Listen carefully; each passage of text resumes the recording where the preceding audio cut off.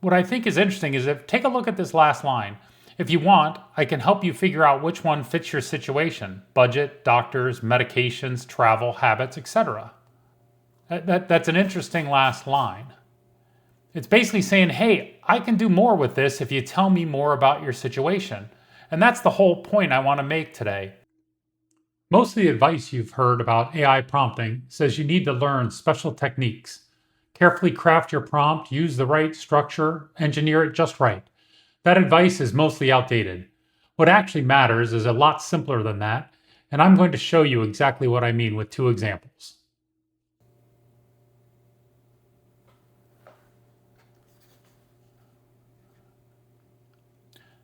A friend of mine mentioned recently that he tried using the ChatGPT to research Medicare, specifically trying to figure out whether Medicare Advantage or Medigap was the right choice for him. And he said the answer he got back wasn't all that helpful. So I asked him, what did you type? And it was basically this, what you see on the screen here. Basically was saying, what's the difference between Medicare Advantage and Medigap? Short, simple, treated exactly like a Google search, which is how most of us start out using these tools, by the way. Nothing wrong with that. Okay, let's see what happens when we actually run ChatGPT with this type of Google search type of prompt.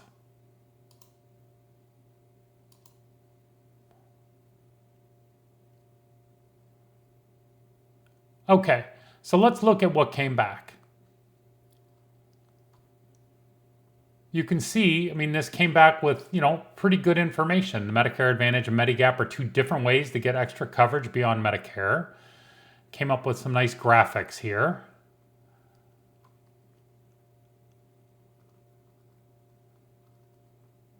Okay.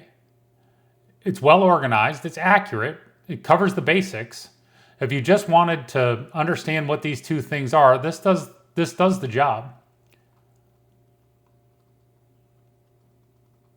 And it's got the key differences. And then it's got the bottom line. What I think is interesting is take a look at this last line. If you want, I can help you figure out which one fits your situation: budget, doctors, medications, travel, habits, etc. That's an interesting last line. It's basically saying, hey, I can do more with this if you tell me more about your situation. And that's the whole point I want to make today. It gave us the encyclopedia answer because that's all it had to work with. It didn't know anything about my friend, his doctors, his medications, what he can afford. So it gave us something that's useful for everyone in general and nobody in particular. Now here's the thing. This isn't a failure. If my friend wanted to, he could just keep going from here. He could type back, okay, here's my situation, and work, his way toward a useful answer over several exchanges. That works fine. It just takes a little longer to get there. What I want to show you is what happens when you give it that context right up front. So here's a different type of a prompt that gives them a lot more background information. Again, think about it as again, the first prompt was what you'd put into a Google search. The second one is more if you were talking to a really smart friend about it, you'd need to give them more information about what is it about the situation? What is it that allows them to understand more fully your situation in order to figure out what type of answer you want to get back? So again, when I talked to my friend about it, I asked him a few questions. What medications are you on? Are there doctors you want to keep seeing? What matters most to you cost-wise? And then we put together a prompt that actually told ChatGPT who it was talking to. So you can see, here's the updated prompt. My friend is turning 65 next year and trying to decide between Medicare Advantage, Medigap. He's generally healthy but takes 2 prescription medications daily. He has a few doctors he's seen for years and wants to keep seeing them. He lives in a mid-sized city in Michigan. He's on fixed income and wants predictable monthly cost. Can you help him think through which options might be a better fit for his situation and what questions he should be asking? Now let's go ahead and see what this prompt does.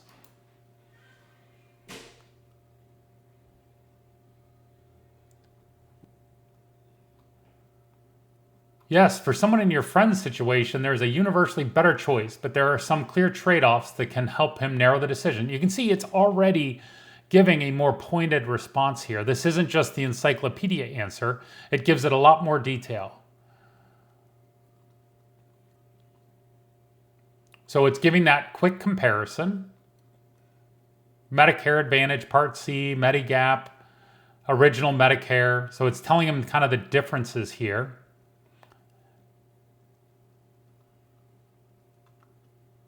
So you can see it's now starting to look at his priorities. It actually took those into consideration. Keep long-term doctors as a priority. Predictable monthly costs. Fixed income.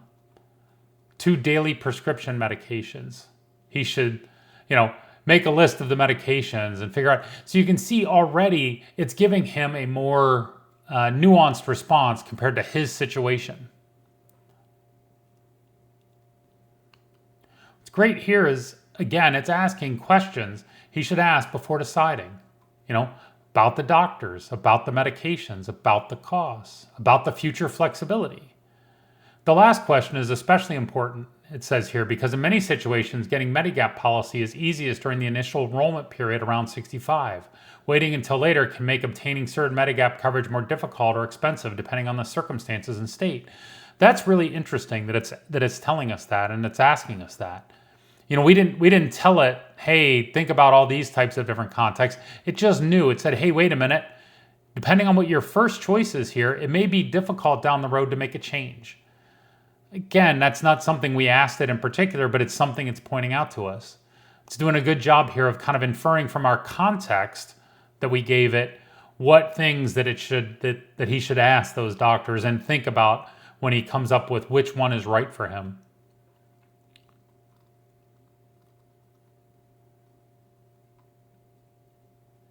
What I thought is great here, again, is based on the facts you provided, if I weigh only the information you've given, healthy today, slight advantage to Medicare Advantage, wants to keep established doctors, advantage to Medigap. So you can see as it's going through here, it's judging the criteria and it's saying, hey, based on what I know about you, which you've given me, here's kind of some of my recommendations. Not saying this is the way to go and you should do it this way, because it still doesn't quite have enough context to really understand it. It's giving him those next steps. So again, more context gave us a better answer, got us started quicker, but it still didn't give us the total answer. We'd need to give it even more information. Okay, so same AI, same topic. The difference is that the second time it knew enough about my friend to actually be useful to him specifically. And I want to be clear about something. Prompt 1 wasn't wrong. If my friend had just kept going from that first response, he would have gotten there eventually. What the context does is skip the middle part. Instead of spending 5 or 6 exchanges working your way toward a useful answer, you get there in one. Think of it like calling a friend for advice. If you just say, hey, what do you think about Medicare Advantage versus Medigap? You're going to get a general answer. But if you spend 2 minutes giving them your background first, they can actually help you think it through. This is the same thing. You don't need to craft a perfect prompt. You don't need to learn any special technique. You just need to take a step back before you ask the question and think, what would actually help this thing understand my situation? Your doctors, your medication, what you can afford, what matters most to you. That context is what turns a pretty good answer into a useful one. There's a phrase I keep coming back to with this. The first prompt isn't a mistake. It's just the start of a longer conversation. The context prompt skips you ahead, same destination, fewer steps to get there. If you haven't subscribed yet, now's a good time. Next week, we're going to talk about what to do when the document you need to understand is 40 pages long and written in legalese. Insurance policies, Medicare explanation of benefits, estate paperwork. I'll show you a tool that doesn't just summarize it. It shows you exactly where in the document it found the answer. That's the part that actually matters when the stakes are real. I'll see you then.